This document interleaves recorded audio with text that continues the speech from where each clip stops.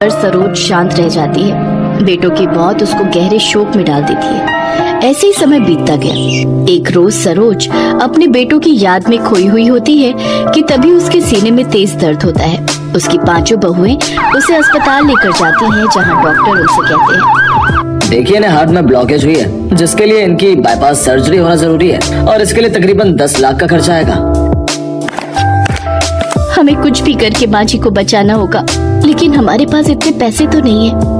अपने पतियों के बाद हम अपनी सासू माँ को नहीं खो सकती। हमारे तो मायके वाले भी गरीब हैं, हम उनसे भी कुछ मदद नहीं मांग सकते। फिर तो एक ही रास्ता है, हमें अपने घर को बेचना होगा। वो पांचों अपने घर को बेच देती हैं और सरोज का इलाज करवाती हैं। थोड़े से बचे हुए पैसों से वो किराए पर एक कमरा लेती हैं और पांचों बहुएं अपनी सास के साथ उस किराए के एक कमरे में रहने लगती है।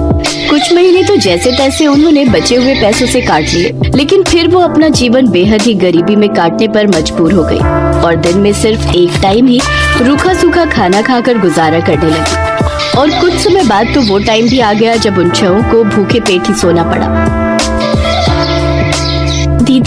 दीदी अब तो भूख के मारे जान जा रही है।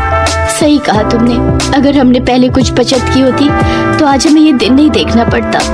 अपनी बहुओं को भूख से तड़पता देख सरोज लाला के पास जाती है और कहती है, लाला मुझे थोड़ा राशन उधार दे दो, हमने 3 दिन से कुछ भी नहीं खाया है। माफ करना सरोज बहन, लेकिन अब मैंने उधार देना बंद कर दिया है। नकद लाओ और राशन पानी ले जाओ।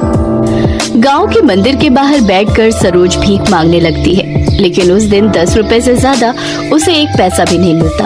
उन 10 रुपयों से सरोज आटा खरीद कर ले जाती है, जिससे उसकी बहुएं 6 रोटी बनाती है और सभी एक एक रोटी नमक के साथ खाकर आधा पेट ही सो जाती है।